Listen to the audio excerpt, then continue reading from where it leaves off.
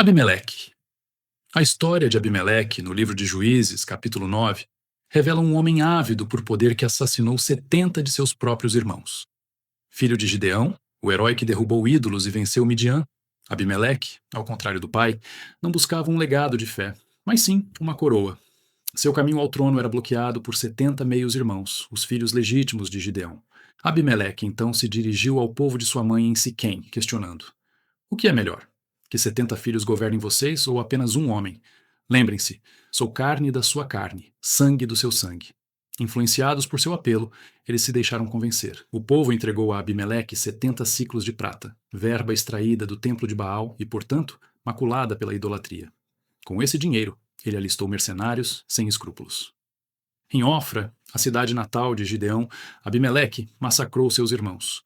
70 homens foram abatidos, um a um, sobre uma única pedra. Apenas Jotão, o mais novo, conseguiu escapar. Mais tarde, Jotão ergueu-se no monte Gerizim e proclamou: se tudo isso foi feito com sinceridade, que assim seja, mas se não, que o fogo saia de Abimeleque e os consuma, e que o fogo saia de vocês e consuma Abimeleque. 3 anos depois, a profecia se cumpriu. Deus semeou a discórdia entre Abimeleque e o povo de Siquém, que o traiu, retribuindo a mesma deslealdade. Uma guerra civil irrompeu. Em sua fúria, Abimeleque incendiou 1000 homens e mulheres vivos na torre de Siquém. Contudo, o julgamento o aguardava. Ao investir contra a torre de outra cidade, uma mulher lançou uma pedra de moinho do alto, esmagando seu crânio. Humilhado, Abimeleque implorou ao seu escudeiro: mate-me, para que não digam que uma mulher fez isso. Assim termina sua história. Abimeleque não é lembrado como rei, nem honrado como filho de Gideão, mas como o homem que assassinou seus irmãos, queimou seu povo e morreu pelas mãos de uma mulher. A traição que ergueu seu trono foi a mesma que o desmantelou. O livro de Juízes 9 conclui que Deus retribuiu a maldade de Abimeleque. Na economia divina, a culpa de sangue sempre conduz à ruína. Toda traição semeia as sementes de sua própria destruição. Jezabel. O desejo de um rei por uma pequena vinha desencadeou uma das mais impactantes traições do Antigo Testamento. Essa é a história de Acabe, Jezabel e Nabote. Acabe, rei de Israel, possuía muitos palácios, poder e terras. Contudo, bem ao lado de seu palácio em Jezreel, ele cobiçava algo pequeno, a vinha de Nabote. Acabe então fez sua oferta: como sua vinha fica tão próxima do meu palácio, quero comprá-la para fazer uma horta. Em troca, darei a você uma vinha melhor, ou, se preferir, pagarei o valor em dinheiro. Nabote, porém, recusou. Para ele, a terra ancestral não era apenas um pedaço de chão, mas uma herança sagrada, inalienável pela lei divina. Sua resposta foi firme: que o Senhor me livre de lhe dar a herança de meus pais. A recusa de Nabote irritou Acabe profundamente. Ele voltou para casa, deitou-se em sua cama e recusou-se a comer. Ao ver Acabe naquele estado, a rainha Jezabel o confrontou: você é o rei de Israel ou não é? Levante-se e coma. Eu conseguirei a vinha de Nabote para você. Jezabel agiu com astúcia. Falsificou cartas em nome de Acabe, convocando um jejum público e orquestrando a acusação de Nabote. Contratou 2 homens para testemunhar falsamente que Nabote havia blasfemado. Um crime capital. Com um julgamento forjado, Nabote foi arrastado para fora da cidade e apedrejado até a morte. Acabe tomou posse da vinha, mas a injustiça não passou despercebida por Deus. O profeta Elias foi enviado para confrontar o rei com uma mensagem de juízo. Quando Jeú, o executor do juízo divino sobre a dinastia de Acabe, chegou a Jezreel, Jezabel o confrontou de uma janela. Seus próprios servos, porém, a traíram, jogando-a para baixo. Seu sangue manchou as muralhas e os cavalos a pisotearam. Ao tentarem enterrá-la, descobriram que os cães já haviam devorado sua carne, cumprindo o juízo profetizado. As ruas que testemunharam a traição de Nabote presenciaram a queda de Jezabel. Sua história é um alerta. A traição, a justiça é uma afronta a Deus, e sua retribuição, cedo ou tarde, se manifesta. A concubina do levita. A terrível história de Juízes 19 narra a jornada de um levita e sua concubina que, ao anoitecer, chegaram a Gibeá, cidade de Benjamim. Após não encontrarem abrigo, um homem idoso os acolheu. O que parecia um raro gesto de hospitalidade, contudo, tomou um rumo aterrorizante. Os homens da cidade cercaram a casa, bateram à porta e exigiram: traga para fora o homem que veio à sua casa para que possamos abusar dele. Juízes 19:22. O episódio nos lembra de Sodoma e Gomorra, mas o mais perturbador é que Gibeá não era uma cidade pagã. Era uma cidade em Israel, o povo da aliança, revelando uma depravação impensável entre aqueles que se diziam de Deus. O ápice da traição ocorreu quando, em vez de proteger sua concubina, o levita a empurrou para fora da porta. Deixada à mercê da multidão, ela foi brutalmente violentada durante toda a noite. Pela manhã, o levita a encontrou caída na soleira com as mãos estendidas na porta. A segurança que buscava jamais chegou. Ela morreu ali. Mas não parou por aí. O levita, em um ato ainda mais chocante, levou o corpo para casa, cortou-o em 12 pedaços e enviou um para cada tribo de Israel. Uma mensagem que provocou indignação e horror. Chocadas e furiosas, as tribos se uniram e uma guerra civil irrompeu. Dezenas de milhares de israelitas morreram, irmão matando irmão, tudo desencadeado por uma única noite de traição. A recusa em proteger a mulher sob seus cuidados não custou apenas a vida dela, despedaçou uma nação. A traição nunca é um evento isolado. Ela se espalha e multiplica, deixando um rastro de destruição muito além do seu ponto de origem. Ela profana o sagrado, o casamento, a comunidade e a confiança, transformando tudo em caos. O levita, que deveria exemplificar o amor fiel da aliança, tornou-se um símbolo de covardia, sacrificando os vulneráveis em nome da própria segurança. O livro de Juízes conclui com uma declaração impactante. Naqueles dias, não havia rei em Israel. Cada um fazia o que achava certo. Juízes 21, 25. A traição revelou uma nação sem centro moral. Sem a autoridade de Deus, até mesmo os sacerdotes agiam como predadores, e o povo escolhido pior que os pagãos. É um relato perturbador e brutal, presente nas Escrituras para nos mostrar aonde a traição inevitavelmente leva. Quando a justiça está ausente e as pessoas se afastam de Deus, a verdade é clara: a traição nunca destrói apenas uma pessoa. Ela pode desestruturar famílias, comunidades e nações inteiras. Absalão. Há algo mais devastador do que a traição vinda do próprio filho? Foi exatamente isso que o rei Davi enfrentou com Absalão. Seu filho era um homem que naturalmente inspirava seguidores, bonito, charmoso e carismático. Ele parecia um rei, mas sua beleza escondia um coração cheio de orgulho e rebelião. Por 4 anos, Absalão planejou sua traição em segredo.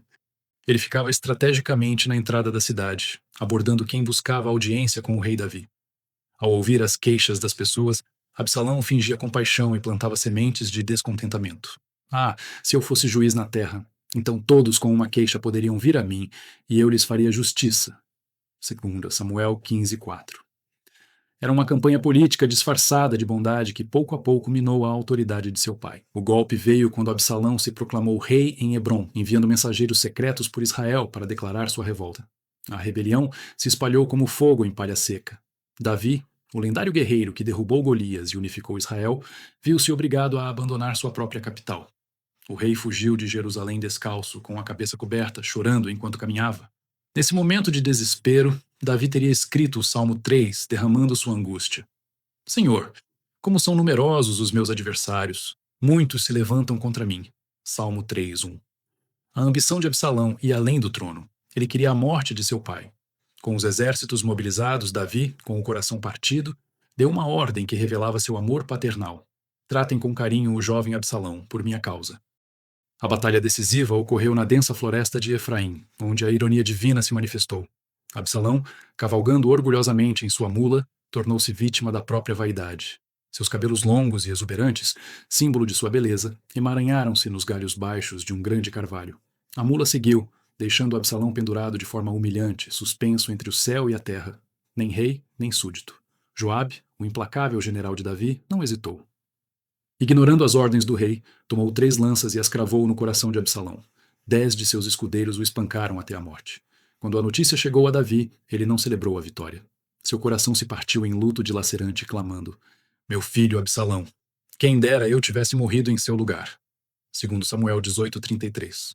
O rei, que pela traição viu seu mundo desmoronar, ainda nutria um amor inabalável por aquele que o traiu.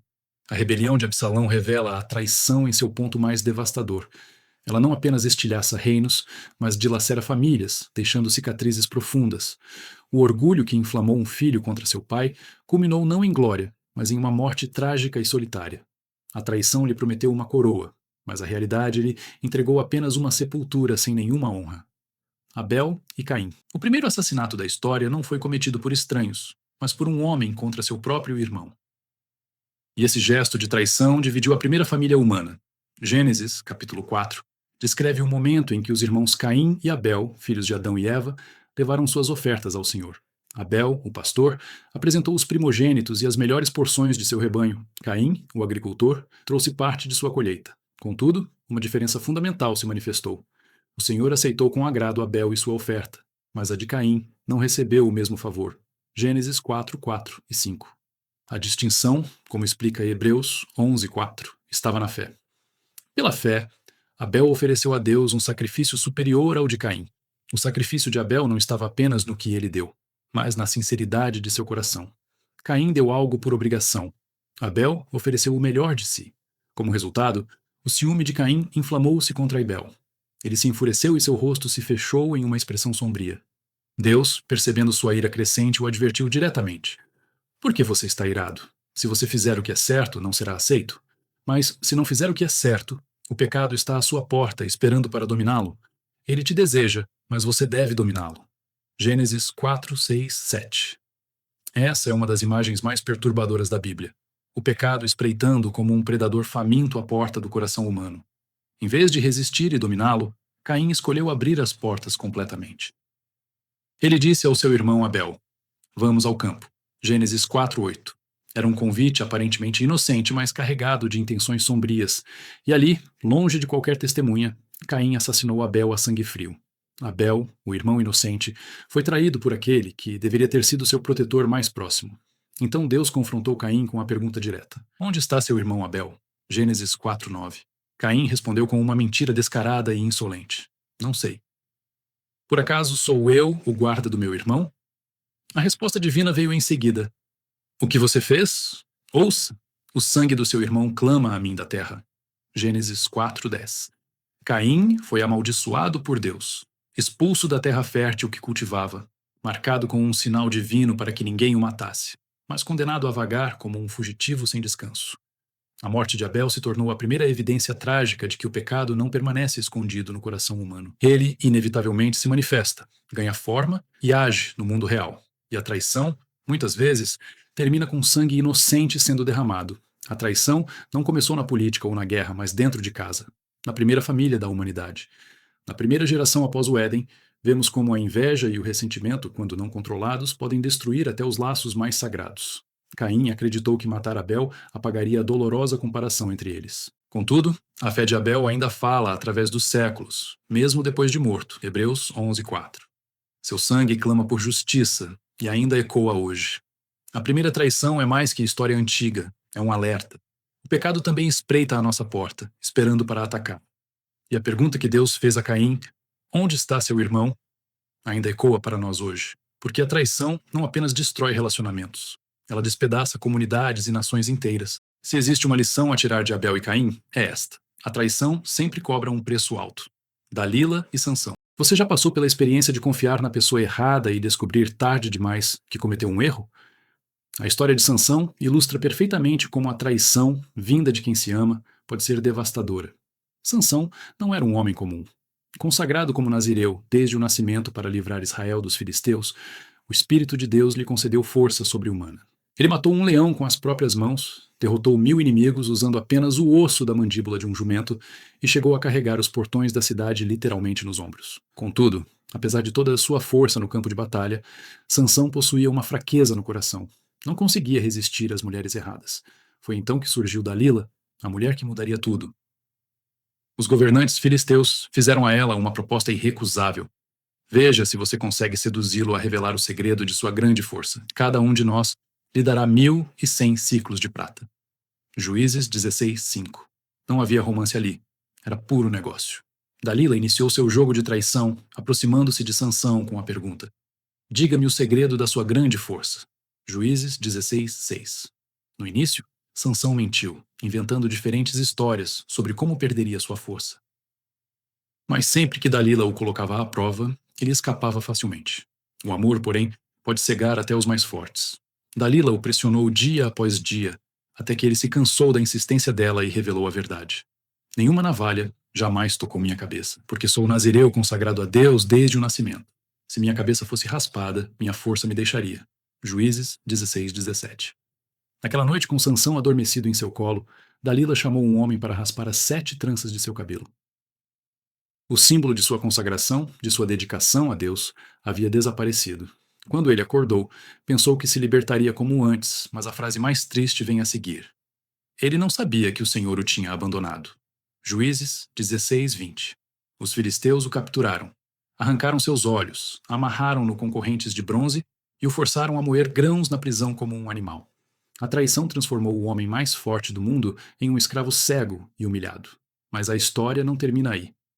Durante uma grande festa para seu deus Dagon, os filisteus decidiram trazer Sansão para se divertirem com ele. Cego e fraco, ele fez uma última oração. Senhor soberano, lembra-te de mim. Por favor, ó Deus, fortalece-me somente mais esta vez. Posicionado entre as duas colunas principais do templo, Sansão empurrou com toda a força que lhe restava. O templo desabou sobre todos, matando mais filisteus naquele momento do que ele havia matado durante toda a sua vida, incluindo ele mesmo. A traição não apenas cortou o cabelo de Sansão, ela encurtou sua vida. A traição de Dalila, comprada com prata, levou à sua morte. Essa história nos ensina duas lições profundas. Primeiro, que a traição muitas vezes pode vir disfarçada de amor.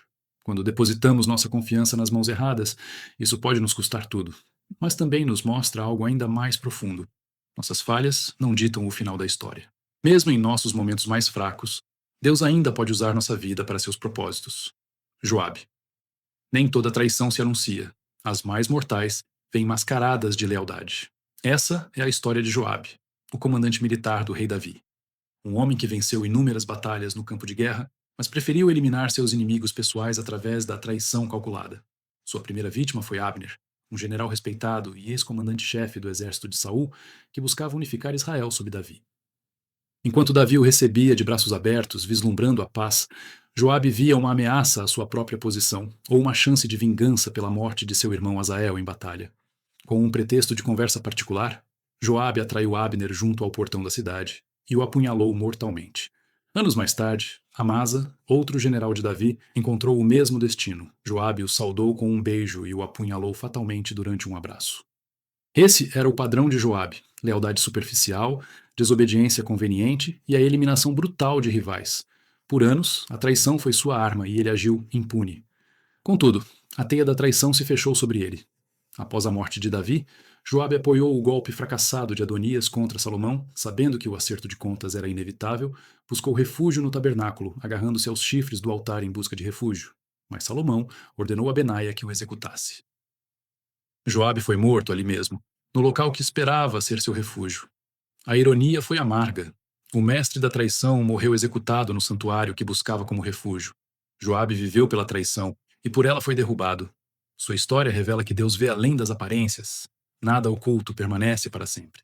Ela nos convida a refletir. Usamos as pessoas e as descartamos por conveniência? A Escritura adverte que esse caminho sutil de traição raramente termina bem, levando à desgraça. Judas. A traição de Judas Iscariotes, um dos 12 discípulos, teve um preço: 30 moedas de prata. Ele não era um inimigo distante, mas um companheiro íntimo que andou com Jesus, testemunhou milagres e administrava a bolsa do grupo, sendo o exemplo máximo da traição mais cruel, aquela que vem de quem está próximo. Em Mateus 26, Judas procurou os chefes dos sacerdotes, oferecendo entregar Jesus por 30 moedas de prata, o valor de um escravo. Êxodo 21:32. O sinal da traição não foi um ataque, mas um beijo no Getsemane. Com saudações, Rabi, Judas selou a entrega, e Jesus apenas respondeu: Amigo, faça o que veio fazer. O beijo, símbolo de afeto, tornou-se a marca da traição. A culpa, porém, consumiu Judas ao ver Jesus condenado. Em desespero, devolveu as moedas confessando: Pequei, pois traí sangue inocente. Mateus 27:5. Atirou o dinheiro no templo e se enforcou, com seu corpo caindo e se abrindo no campo comprado com o dinheiro da traição, conhecido como Aceldama, o campo de sangue. Atos 1:18. O salário do traidor tornou-se sua própria lápide. A história de Judas nos ensina que a traição nunca traz satisfação. As moedas não preencheram seu vazio, e a culpa o levou ao suicídio. Contudo, o grande paradoxo é que essa mesma traição, que levou à crucificação, foi o meio pelo qual Deus trouxe a salvação ao mundo. O que Satanás planejou para a destruição, Deus transformou em redenção, provando que nem mesmo o ato mais sombrio pode desviar o plano divino. Jeú. O que acontece quando a traição se esconde sob a máscara da religião? Essa é a história de Jeú e seu massacre, narrada em 2 Reis 10. Escolhido por Deus para executar juízo sobre a perversa dinastia de Acabe, Jeú foi ungido rei com a ordem clara de destruir a casa de Acabe e vingar os profetas. A missão de Jeú era um julgamento divino sobre a perversa dinastia de Acabe, mas a forma como ele a executou foi brutal, marcada por engano e um massacre. Após assumir o trono, Jeú armou uma mentira calculada. Declarou um sacrifício grandioso a Baal, convocando todos os adoradores ao templo com a promessa de uma adoração sem igual. Com o templo lotado e as portas seladas, seus soldados invadiram, massacrando a todos e demolindo o templo de Baal, segundo Reis 10:25. Em um único dia, a adoração a Baal foi erradicada. Parecia um zelo inquestionável. No entanto, a traição de Jeú era mais profunda. Seu zelo contra a idolatria era seletivo. Ele manteve os bezerros de ouro de Jeroboão em Betel e Dan, destruindo uma falsa adoração, mas preservando outra que se alinhava aos seus interesses políticos. Deus não deixou isso passar em branco. Segundo Reis 10:31 afirma: Jeú não teve o cuidado de obedecer à lei do Senhor, o Deus de Israel, de todo o seu coração. A história de Jeú nos ensina que nem todo ato em nome de Deus o honra. A traição, por vezes, veste a máscara da religiosidade, transformando zelo em interesse próprio. A história de Jeú nos alerta. É fácil derrubar ídolos em praça pública, mas difícil abandonar aqueles que secretamente nos convêm. A questão é que Deus não busca apenas um fervor direcionado aos outros, mas sim uma obediência que brota de um coração íntegro. O que une histórias como as de Abimeleque, Jezabel, Absalão, Caim, Dalila, Joabe, Judas e o falso zelo de Jeú? Apesar de tempos, pessoas e motivos distintos, um elo os conecta: a traição. A morte, por vezes imediata, como Abel ou Nabote, por vezes tardia, como Absalão ou Judas, ou em grande escala, como a concubina do levita ou o massacre de Jeú. Foi a consequência inevitável. O padrão é claro: a traição jamais oferece benefício duradouro, carregando sempre a semente da destruição. Como Gálatas 6:7 adverte: Não se enganem, de Deus não se zomba, pois aquilo que o homem semear, isso também ceifará. Joabe, Abimeleque, Judas, todos colheram o que semearam. Mais do que um ato contra pessoas, a traição é rebelião contra o próprio Deus, um desprezo à sua imagem no próximo, que invoca sua justiça. Essa justiça, por vezes irônica, por vezes súbita, não falha. Nenhum beijo, aperto de mão ou moeda de prata passa despercebido. Contudo, a maior traição da história, o beijo de Judas que levou Jesus à cruz, não foi o fim. Pelo contrário, abriu caminho para a redenção e a vitória suprema. Isso nos mostra que Deus pode transformar até a traição mais sombria em luz. Mas que fique claro, nenhuma traição escapa à sua justiça, e o veredito bíblico é que ela sempre termina em morte. A única saída é a fidelidade a Deus, à verdade e aos que Ele nos confiou. Porque a traição leva à morte, mas a fidelidade traz vida.